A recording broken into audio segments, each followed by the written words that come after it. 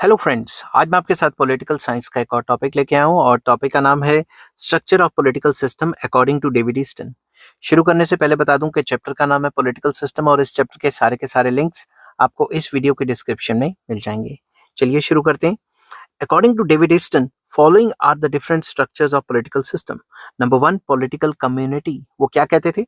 Bye political community we mean a group of persons who are aware of their common problems and difficulties, and by their common pursuits and efforts they try to resolve their problems and difficulties. तो political community वो people है, वो group of people है जो कि aware है कि उनकी कॉमन प्रॉब्लम्स और डिफिकल्टीज क्या हैं और वो एफर्ट्स मारते हैं और मतलब इकट्ठे बैठ के उन प्रॉब्लम्स को रिजॉल्व करने की कोशिश करते हैं, अपनी पॉलिटिकल या फिर अदर प्रॉब्लम्स को सॉल्व करने की कोशिश करते हैं बैठ के। ठीक है, मतलब इकट्ठे बैठ के।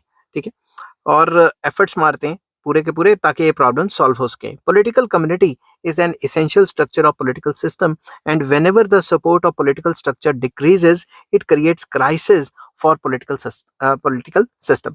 तो उनका ये मानना था कि पॉलिटिकल कम्युनिटी एक एसेंशियल पार्ट है पॉलिटिकल सिस्टम का, और जब भी पॉलिटिकल स्ट्रक्चर जो है जो सपोर्ट है उसको कम हो जाती है तो पॉलिटिकल सिस्टम में भी क्राइसिस आ जाते हैं।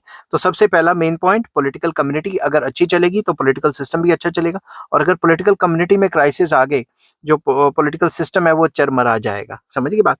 नेक्स्ट आ जाता है regime. regime is also known as constitutional order. regime को constitutional order भी कहा जाता है. it reminds us of definite and established or determined method to resolve the political problems. ये हमें बताता है कि भाई कौन कौन से established या determined methods हैं, कैसे कैसे constitutional methods हैं जिससे हम इन problems को solve कर सकते हैं. regime is that constitutional order, law, conventions, etc. of political system which fairly resolves and settles all the political controversies and problems and gets its decisions implemented. तो regime के अंदर एक constitutional authority है, constitutional order है जिससे जितनी भी problems हैं या crisis हैं वो solve किए जा सकते हैं और उन problems का जो solution निकला है उसको implement किया जा सकता है। ठीक है, और whosoever इनको नहीं मानेगा वो उसको punishment मिलेगी। ठीक है, next आ जाता है authorities, very important. The word authorities denote the ruling group which has the legal right to run the state administration. तो authority एक रूलिंग ग्रुप को डिनोट करता है जिसके पास लीगल राइट है स्टेट को चलाने का, स्टेट के एडमिनिस्ट्रेशन को रन करने का. It is by this ruling group that the responsibility to fulfill the demands of the political community through the policy or decisions of the administration is carried out और perform. तो ये जो authorities होती हैं इन्हीं के पास ही वो पावर होती है कि जो भी पॉलिटिकल कम्युनिटीज की डिमांड है वो पूरी कर पाएं और एडमिनिस्ट्रेशन को अच्छे तरीके से चला पाएं इस हिसाब से कि जो लोगों की डिमांड्स हैं वो पूरी हो जाएं. और अगर ये लोगों की डिमांड पूरी नहीं करते तो मे बी नेक्स्ट टाइम पे इलेक्शन अगर होता है, अथॉरिटेरियन गवर्नमेंट नहीं है, डेमोक्रेटिक गवर्नमेंट है, तो नेक्स्ट टाइम पे जब इलेक्शन होगा तो जिनके पास अथॉरिटी होगी उनको चेंज कर दिया जाएगा.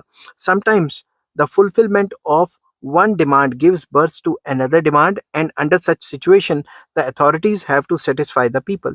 अगर वो एक डिमांड पूरी करते हैं तो कुछ टाइम के बाद दूसरी डिमांड आ जाती है जो पॉलिटिकल कम्युनिटी है उसकी, तो उनको तो सारी की सारी सेटिस्फाई करनी है अगर पावर में बने रहना है तो. Such a process always continues in a political system. ये प्रोसेस लगातार चलता रहता है और अगर वो पूरी नहीं करेंगे तो फिर रिवोल्ट हो सकता है या कुछ भी हो सकता है. तो जैसा हमने देखा है कि अथॉरिटेरियन रूल्स होते हैं जहाँ पे राजा महाराजे की सरकारें होती हैं, जहाँ पे किंग रूल वगैरह होता है, वहाँ पे हमने देखा था अरब अपराइजिंग में भी कि वहाँ पे जब दंगे फसाद होते हैं, जब रिजीम चेंज होता है तो वो कितना क्रूअल तरीके से होता है. ये अरब अपराइजिंग वगैरह में हमने बहुत अच्छे से पढ़ा हुआ है ये टॉपिक. ठीक है, तो आई होप ये वीडियो आपको पसंद आई होगी. अगर पसंद आती है तो please like, share and subscribe. इस चैप्टर के सारे लिंक्स आपको इस वीडियो के डिस्क्रिप्शन में मिल जाएंगे और नेक्स्ट टॉपिक मैं कराऊंगा environment and political system. Till then take care, bye bye.